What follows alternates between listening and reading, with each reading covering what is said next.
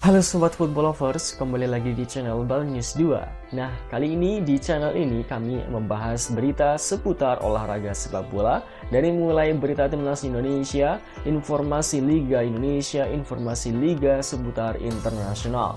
Bagi kalian yang belum subscribe channel ini, bisa langsung di subscribe dan nyalakan loncengnya agar kalian tidak ketinggalan video terbaru dari kami.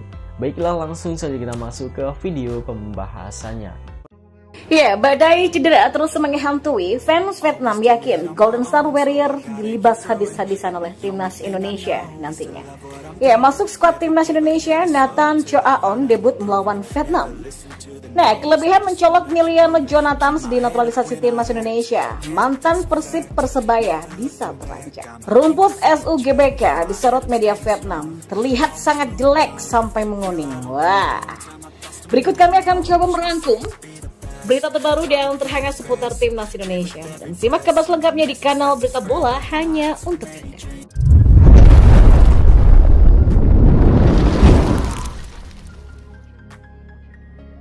Oh ya, penggemar Vietnam memiliki perasaan pesimistis dan cemas menjelang duel panas kontra timnas Indonesia di ajang kualifikasi Piala Dunia 2026 zona Asia.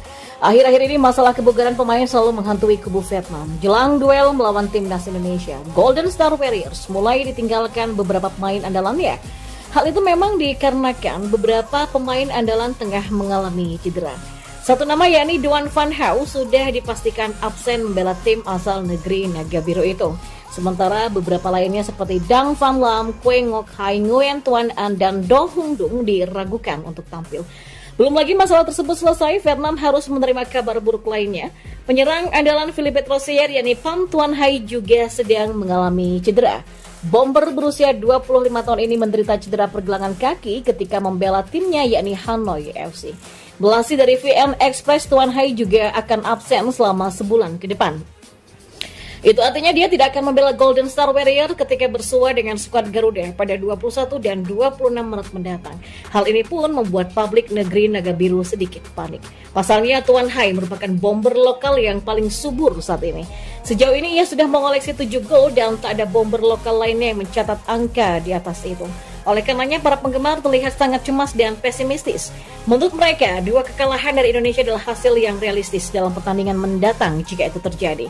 Sebab memang harus diakui, Golden Star tidak diperkuat oleh para pemain intinya. Ya, di lain sisi Philippe Rosier masih memiliki satu alternatif pengganti Tuan Hai. Ia bisa memanggil Nguyen Chong Pon yang kini berkarir di Jepang. Sementara itu, pemain diaspora Nathan Choaon berpeluang untuk memperkuat timnas Indonesia saat melawan Vietnam nanti. Laga antara Indonesia dan Vietnam tersaji pada grup F, kualifikasi Piala Dunia 2026 zona Asia. Pelatih timnas Indonesia, Sinteyong, sudah memanggil 28 pemain untuk melawan Vietnam termasuk Nathan Choaon. Selain Nathan, Sinteyong juga memasukkan nama Tom Hei dan Ragnar Oratmangun. Proses naturalisasi Tom dan Ragnar baru disetujui DPR RI dan sementara itu Nathan tinggal menjalani sumpah kewarganegaraannya saja. Sementara itu Ketua Umum PSSI Erick Thohir pun juga menyebut bahwa Nathan berpeluang melakoni debut di timnas Indonesia melawan Vietnam nantinya. Dan jelang menggelar kualifikasi Pildun 2026, rumput Stadion Utama Gelora Bung Karno disorot oleh media Vietnam disebut jelek dan terlihat menguning. Ya, SUGBK memang dijadwalkan untuk menggelar laga timnas Indonesia melawan Vietnam dan kualifikasi Piala Dunia 2026 pada 21 Maret 2024 nanti. Sebelum itu, kondisi rumput lapangan stadion terbesar di Indonesia ini jadi sorotan publik Vietnam lewat pemberitaan salah satu media lokal. Dantri.com mengutip beberapa pemberitaan media tanah air yang menyebut kondisi rumput SUGBK saat ini sedang tidak dalam keadaan terbaik. Media Vietnam ini bahkan menilai jika saat ini SUGBK sedang dalam kondisi yang sangat buruk karena tidak hanya dipakai untuk ajang olahraga.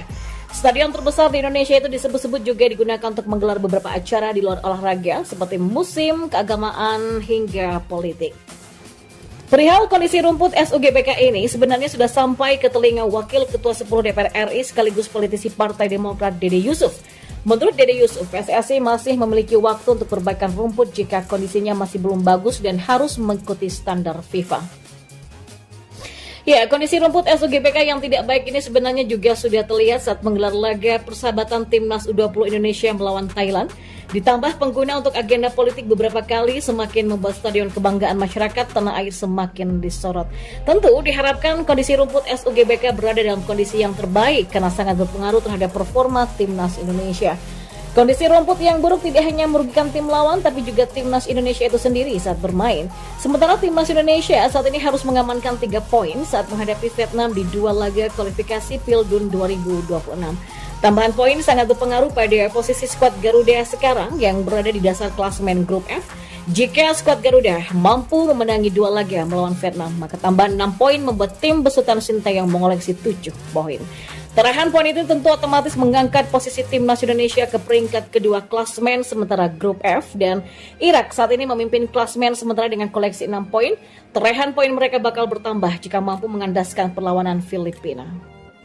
Dan yang terakhir, kelebihan mencolok dari Emiliano Jonathans yang bisa saja dinaturalisasi Timnas Indonesia, maka ex Persib Bandung dan Persebaya Surabaya bisa terancam posisinya. Nah, muncul satu lagi pemain opsi naturalisasi untuk pos gelandang serang Timnas Indonesia asal Belanda. Sosok pemain tersebut tidak lain adalah winger kanan klub Eredivisie Belanda Vitesse Arnhem, Emiliano Jonathans. Namun belum diketahui dari mana darah Indonesia yang mengalir pada sosok Emiliano Jonathans tersebut. Di sisi lain ada 5 kelebihan mencolok yang bisa dinikmati Timnas Indonesia kalau berhasil menaturalisasi Emiliano Jonathans, di mana posisinya yang identik dengan mantan Persib Bandung dan Persebaya yaitu Ricky Kambuaya serta Marcelino Ferdinand kan bakal menjadi ancaman nyata untuk posisi mereka di Timnas Indonesia jika Emiliano benar dinaturalisasi. Lantas apa saja kelebihan yang mencolok yang dimiliki oleh Emiliano Jonathans? Yang pertama, pintar membuka ruang. Ya, berposisi asli sebagai winger namun kini banyak dimainkan di posisi gelandang serang membuat Emiliano Jonathans wajib pintar dalam mencari ruang kosong terutama di sektor tengah. Mobilitas pergerakan Emiliano juga kerap mengecoh barikade tengah lawan yang akhirnya membukakan jalan bagi rekan-rekannya untuk bisa lebih masuk ke area pertahanan. Kelihayannya dalam membuka ruang karena mobilitasnya yang tinggi juga mempermudah rekan-rekannya dalam melakukan umpan 1-2 dengannya. Yang kedua adalah akurasi umpan. Nah, kelebihan yang kedua, Emiliano Jonathans dikenal sebagai sosok gelandang yang mampu mengelaborasikan kemampuannya dalam mengatur ritme serangan dan mengalirkan bola.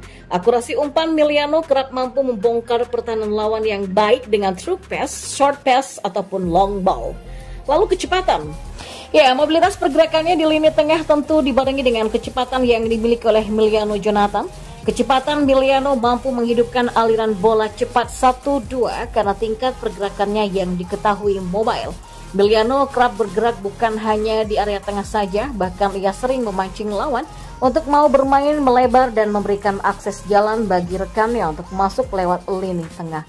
Selain itu, kecepatan yang dimiliki juga memudahkan tugasnya dalam membantu para penyerang di lini serang untuk mencari lubang menganga di pertahanan lawan, baik menggunakan akselerasinya di segala sisi serangan. Yang keempat adalah skill individu. Ya, bukan semata memiliki kecepatan dan akurasi umpan. Emiliano juga diketahui punya kualitas individu di atas rata-rata. Ketakasannya dalam olah bola membuat dia dapat mengatur ritme serangan. Emiliano juga tahu di mana saatnya ia harus passing cepat, mana harus delay aliran bola, dan di mana harus melakukan counter attack yang cepat. Dan skill olah bolanya juga kerap membuat para pemain belakang lawan kerap terkecoh. Yang kelima adalah naluri gol yang tinggi. Selanjutnya ada catatan rasio gol tinggi dari seorang Emiliano Jonathans. Tercatat Julian Urip mampu melesatkan 10 gol dan juga 2 assist dari 55 pertandingan sejak 2019 lalu.